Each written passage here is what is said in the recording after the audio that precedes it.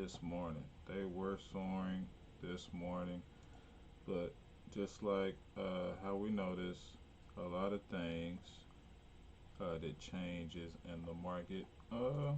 Fed Chair Powell spoke around 10:15, 10:30 this morning, and once he started speaking,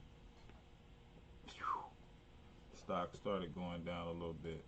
Yeah, I think it's kind of weird. Like you see my little watch list over here with the stocks that I purchased. You can see all of my stocks kind of doing the same thing.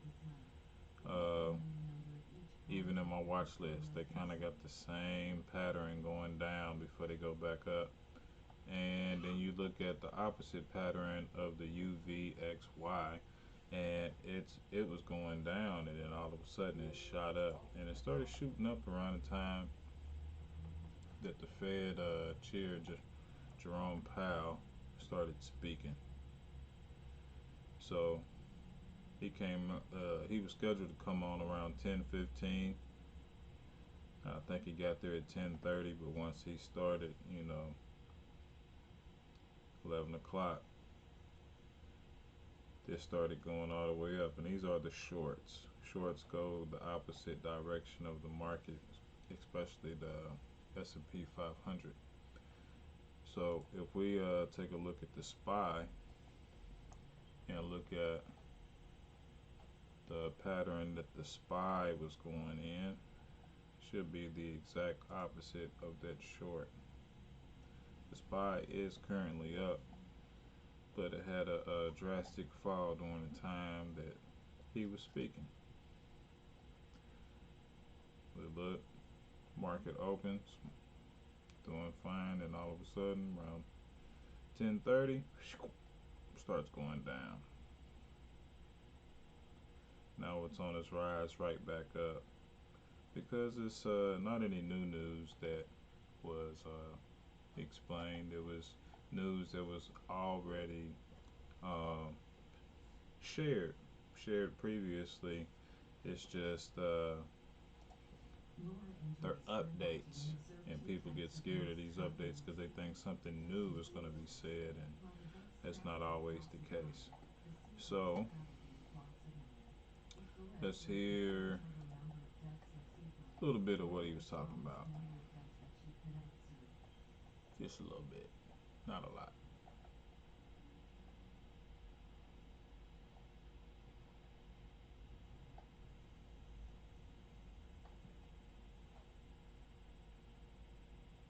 We're facing an economic crisis that has devastated millions of families and small businesses across this country.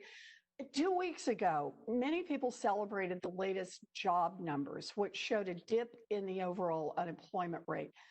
But we're not going to be able to build a successful recovery if we don't understand the scope of the problem. So I wanted to dig into the numbers just a little bit today. Chairman Powell, are jobs coming back at the same rate for both Black and white Americans? Are they coming back at the same rate? No, actually, I think the answer to that is no. I'd want to check that, but I believe that the Black unemployment rate did not come down as much as the white unemployment rate. In fact, Chairman Powell, you might want to look at those numbers.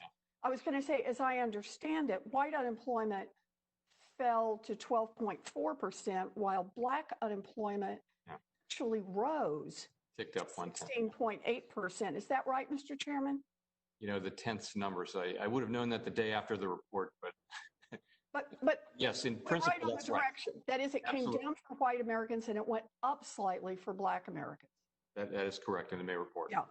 So back in March, Congress passed a temporary expansion of the unemployment insurance program. Now we're only a few weeks out from that help just running out. Some people in Congress want to let that help expire. They're saying mission accomplished. So, Mr. Chairman, you noted that the unemployment rate is higher for Black Americans, and now we've just said it's actually increasing.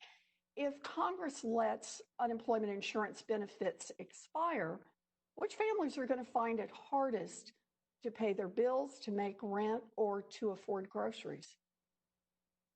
Well, Well, the unemployed, which consists people who have lost their jobs lately here, are minorities are well overrepresented in that group, Yeah. as are women.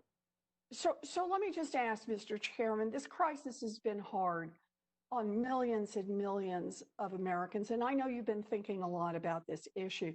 So I just want to ask you directly, is it accurate to say that our economy is healthy when there are serious racial gaps in how Americans are doing? Racial gaps.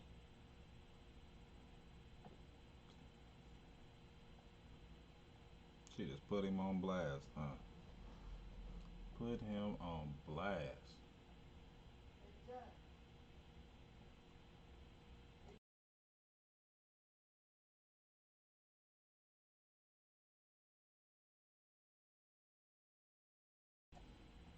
Racial gaps. So, it conversation and it was a question answer panel like it always is, but once he started talking, stocks just said.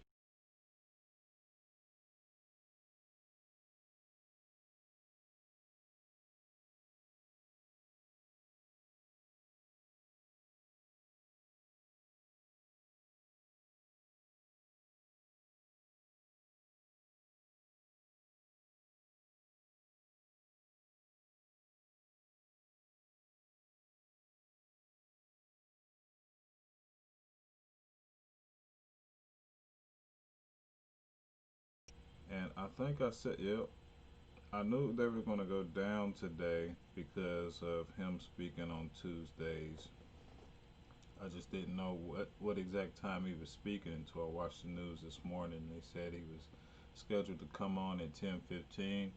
So I scheduled to buy this contract at $25 or 25 cents times 100 shares. And I scheduled to purchase that. And then I just walked away. Came back to it and actually got a text alert on my phone because I have the Robinhood app on my phone saying, "Hey, your stock was just your order was just purchased." So I was like, "Cool." But when news is being shared during the day, whether you're a day trader or you're buying your stock and you're holding them, letting them build up, when important talks are happening like this, whether it's the president, the the the Fed chair speaking, uh, a top doctor giving an update on virus news, COVID news, stocks are going to slightly dip for the day. That might be the dip for that day. Just might be the dip. That's the lowest it'll probably get that day. It might go lower, but it's a good chances that's the dip.